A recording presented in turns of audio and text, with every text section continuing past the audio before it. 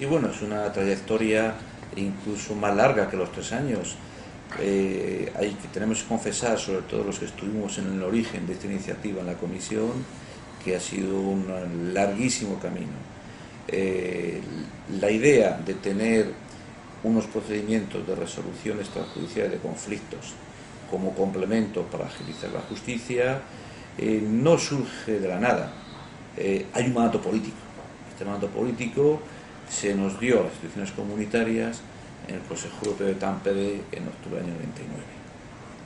Incluso este mandato de tener un sistema alternativo extrajudicial de resolución de conflictos fue refrendado por unas conclusiones del Consejo en el año 2000, imagínese usted.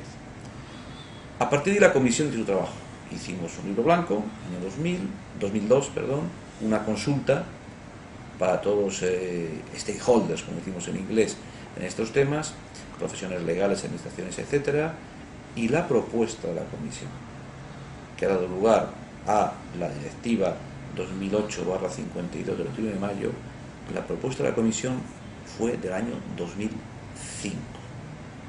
Con lo cual, esto demuestra que en materia de encontrar un marco común para la mediación y para la resolución extrajudicial de conflictos entre los 27 Estados de la Unión Europea ha sido mucho más complicado de lo que nos imaginábamos por las diferentes tradiciones en esta materia de los diferentes ordenamientos jurídicos nacionales. Dicho esto, creo que es importante para explicar la trayectoria. Efectivamente, esta directiva de 2008 tiene que estar transpuesta y por consiguiente tiene que tener un lugar en las legislaciones nacionales a partir del próximo 21 de mayo. ¿Qué podemos evaluar desde la Comisión entre 21 de mayo de 2008 y 21 de mayo de 2011? Bueno, lo que podemos decir claramente es que nosotros no estamos esperando al 22 de mayo para ver qué ocurre. Hemos venido organizando regularmente reuniones con expertos nacionales, con administraciones, para saber cuál es el estado de la transposición. Hay una primera reunión muy importante, ya en agosto de 2010, en la cual públicamente la Comisión sacó a la palestra los estados que ya habían transpuesto y aquellos estados que habían notificado las autoridades judiciales competentes en esta materia. Y la última reunión la hemos tenido en enero de este año para explicar muy claramente que a partir del 22 de mayo, si las medidas de transposición no están comunicadas, la Comisión comenzará los procedimientos ordinarios en materia de infracción. Yo creo que podemos ser optimistas por la siguiente razón. En esta directiva hay dos plazos de transposición diferentes. El primero, el artículo 10, que se refiere a las autoridades judiciales y nacionales competentes de mediación, que tenía que estar transpuesto con fecha 21 de noviembre de 2010, es decir, hace 6 meses. Bueno, hoy por hoy este artículo ha sido transpuesto en todas las legislaciones nacionales con la excepción de una, Luxemburgo. Con respecto a la transposición completa para el resto de los 26 Estados miembros, porque no hay que olvidar que Dinamarca no participa en el sistema. Dinamarca tiene un opt-in out que le deja fuera del espacio de justicia y seguridad. En estos momentos, a falta de 3 semanas, 2 semanas y media, para que se cumpla el plazo, la Comisión ha recibido la comunicación de las medidas nacionales de transposición completas en 12 o para 12 de los 26 estados.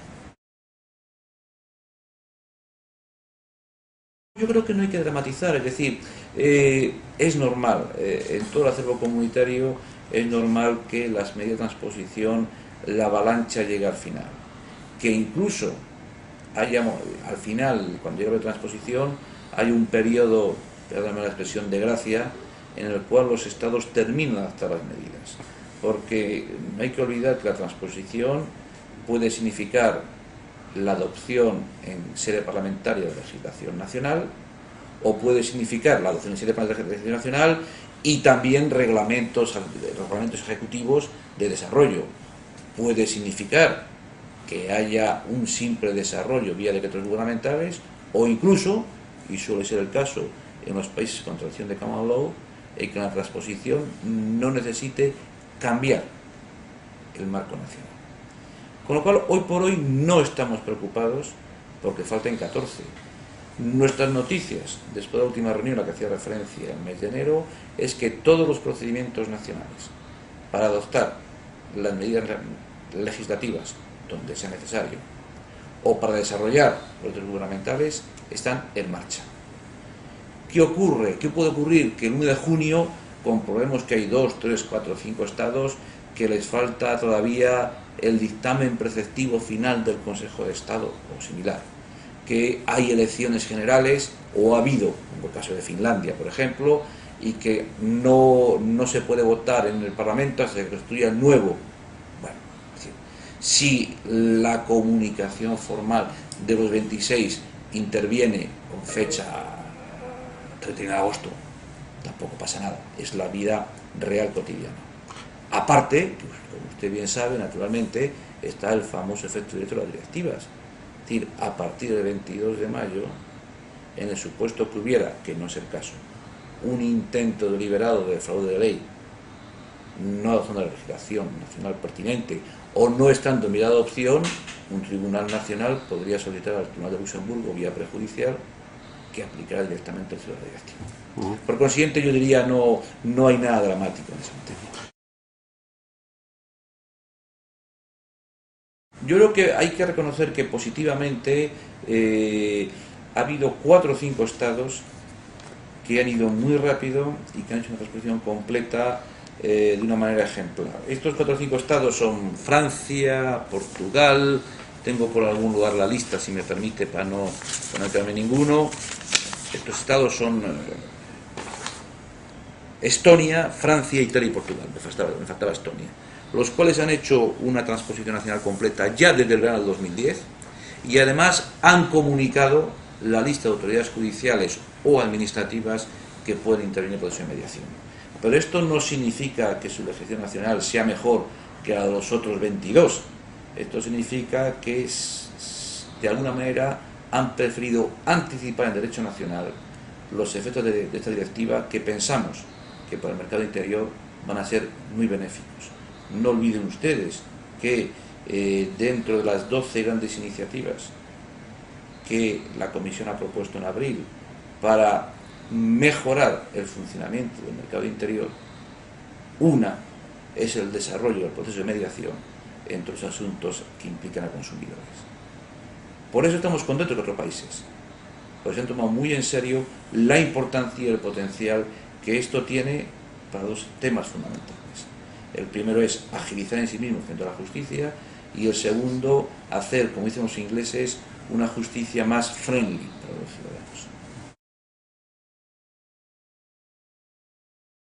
Yo creo que la definición tanto de qué es la mediación como de qué se entiende por mediador, que aparece en el artículo 3 de la directiva, yo creo que es una definición absolutamente entendible y que va a sonar como muy familiar en cualquiera de las facultades de Derecho a nivel de segundo año de carrera o de tercer año de carrera de los Estados miembros. ¿Qué decimos con la mediación? Sin entrar en tecnicismos con la definición exacta, decimos que la mediación significa que, con vistas a facilitar el funcionamiento del mercado interior, tenemos que establecer un medio alternativo que aligere la carga de la justicia y que este medio alternativo de conflictos se pueda hacer vía el propio juez que está instruido en contencioso, se puede hacer porque las partes lo soliciten, o en tercer lugar se puede hacer porque ya está prescrita nacionalmente esta posibilidad. Pero es una definición que en cualquier orden internacional entra perfectamente en lo que tenemos por mediación. Luego uno lo puede declinar como un ADR a la manera anglosajona o como un proceso cuasi jurisdiccional con algunos sistemas de derecho escandinavo, pero todos entramos en esas definiciones. Igual con respecto al mediador, nosotros no entramos en la directiva de decirle a España, Francia o Alemania qué es un mediador en el derecho nacional. Decimos, un mediador tiene que ser un tercero escogido por las partes, que tenga todas las cualidades exigidas por la legislación nacional y que reúna tres grandes requisitos: eficacia, imparcialidad y competencia. ¿Quién son el cuerpo de mediadores nacionales? Es un deseo de la legislación nacional. Pero estos son los tres principios obligatorios para el derecho comunitario.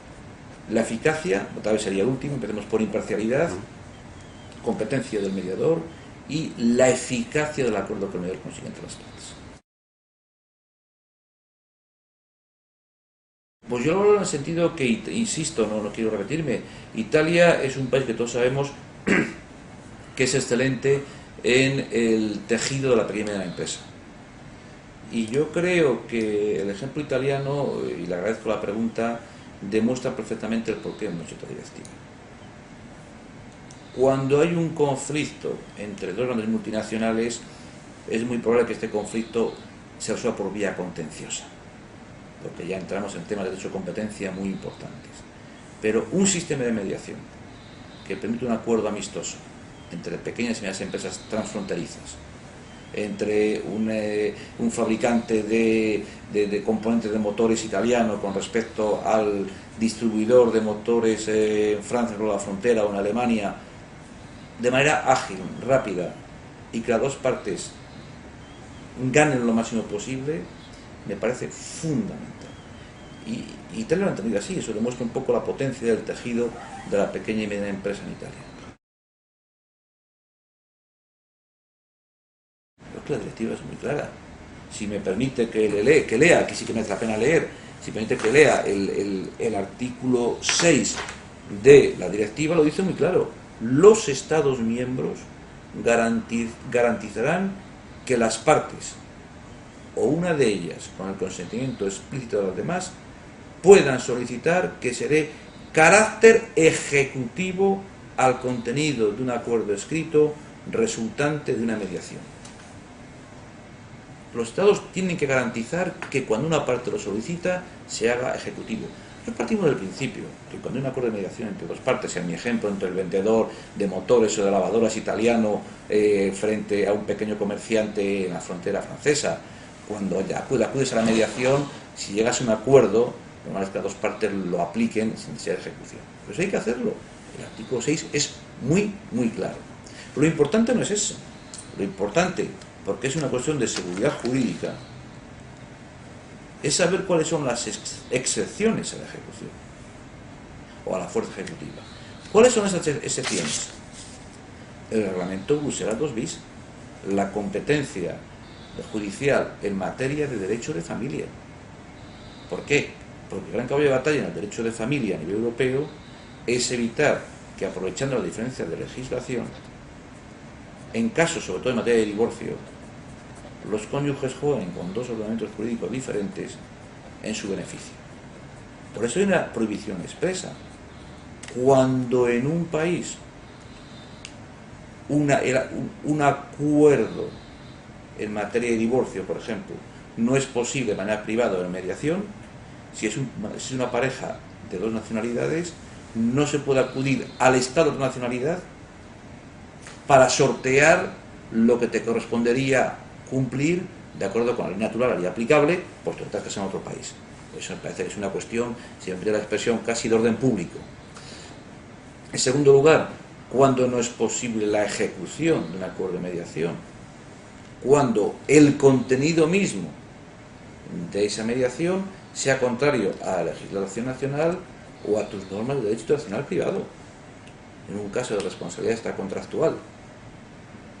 No es posible, si hay una ley aplicable de acuerdo con tus propias reglas de derecho internacional privado, no es posible aceptar la fuerza ejecutiva de acuerdo de mediación que sea contraria a nuestro derecho internacional privado propio de cada Estado. Eso es lo importante. Pero si no, hay una acción jurídica de garantizar. Y por eso hemos pedido que el artículo 10, cuál es la lista de autoridades judiciales competentes para ejecutar un acuerdo de mediación, estuviera transpuesto previamente, no con fecha del 21 de mayo, sino el 21 de noviembre de 2010.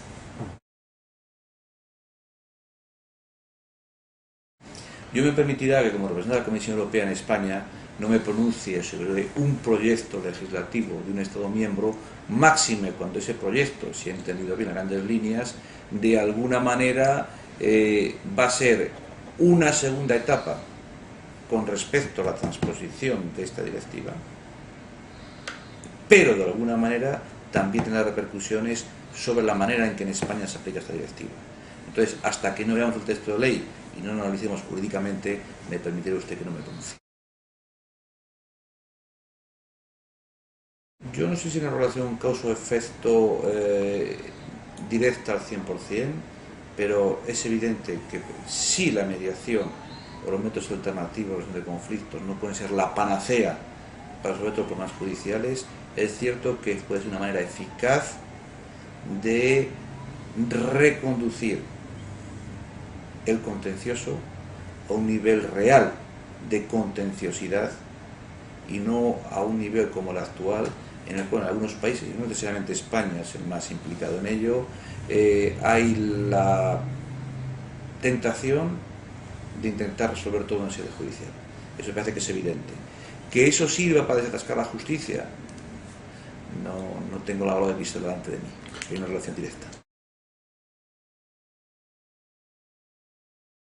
Sí, le agradezco mucho la pregunta, porque no hemos hablado hasta ahora de una pata que no es estrictamente cooperación judicial civil, pero que es fundamental. Es la parte de protección de consumidores. Y si por un lado vamos a presentar de aquí a finales de año, dentro de las 12 propuestas de mejorar el mercado interior, una propuesta en materia de mediación entre consumidores y proveedores de servicios, por así decirlo, toda esta propuesta se va a hacer sobre la base del trabajo que acaba de hacer la Dirección General de Sanidad de Consumidores. Ha habido de enero a marzo una consulta pública, eso ha sido un libro blanco. Esa consulta pública que acaba de terminarse, ha habido una audición hace apenas un mes en Bruselas. Hemos asistido a más de 200 contribuciones de empresas, profesionales legales, organizaciones de consumidores a la misma, y las conclusiones son hiper interesantes. Fundamentalmente yo diría dos. Una, insisto, la propuesta legislativa vendrá solamente a final del 2011, pero que es de saberlo. Uno, los consumidores piden más mecanismos fiables de solución alternativa de consumidores.